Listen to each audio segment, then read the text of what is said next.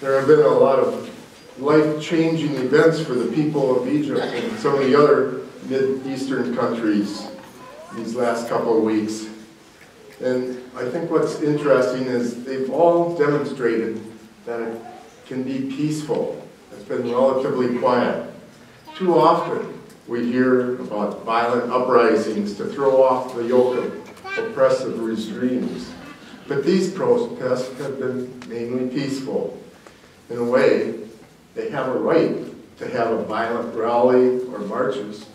Most of the leaders have been inhumane to those who are their opposition, or even had some of their opponents thrown in jail. And yet, the demonstrations were nonviolent. And my prayer for them is that they are able to have a peaceful transition, avoiding the passions of revenge. In today's first reading, we hear a phrase that is often attributed to Jesus. And of course, he did use that phrase. He used it as the example of what the two greatest commandments are.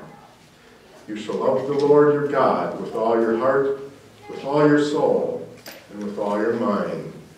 This is the first and greatest commandment, and the second is like it. You shall love your neighbor as yourself.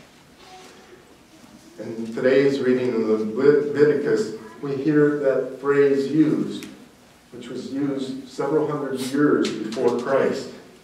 It was a call to civility before Christ came here on earth. But Jesus also mentions the phrase in Deuteronomy, an eye for an eye and a tooth for a tooth. It's often called the law of tit for tat, and was part of the code of Hammurabi. The law, to us at least, seems a little extreme and violent. However, it was really the beginning of mercy.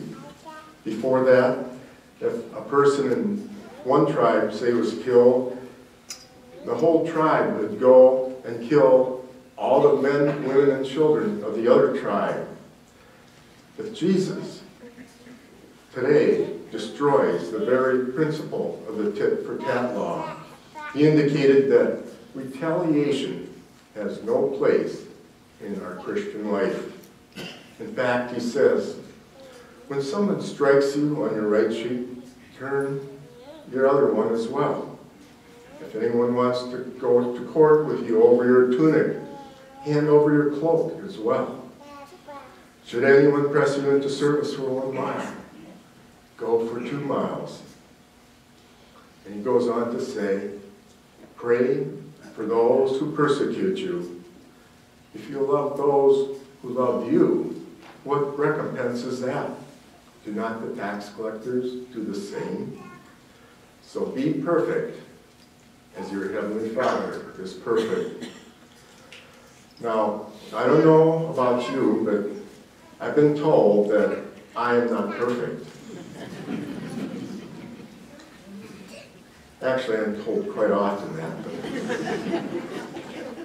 Am I supposed to love my neighbor down the street who, lets their dog go into our yard all the time? Or what about the bully, all the bullies we hear about in school now? Should we love that person who beats up on your own child? Or even worse, what if a maniac comes out and starts shooting and kills your wife and children? Are we supposed to love those people? In fact, in situations like that, it's very easy to think thoughts of revenge. Jesus does not ask us to love our enemy the same way as we love our family and closest friends. We love our family and friends the way that Jesus calls us to love God, with our whole heart, our whole mind, and our whole soul. To love our enemy, however, we have to consciously make that decision. We may not like the person or what they did, but we still have to love them as our Heavenly Father in heaven loves us. After all, He's all forgiving. For me, find anger in my heart about something that someone has done to me, but actually more important, something that someone has done that I don't like to somebody that I care about very much, what I try to do is I try to pray for them. I may not like what the person did, but the prayer helps me separate the action from the person. I am able to hand over the problem to God and let His perfect love for us supplement my imperfect love. So, who do you need to pray for?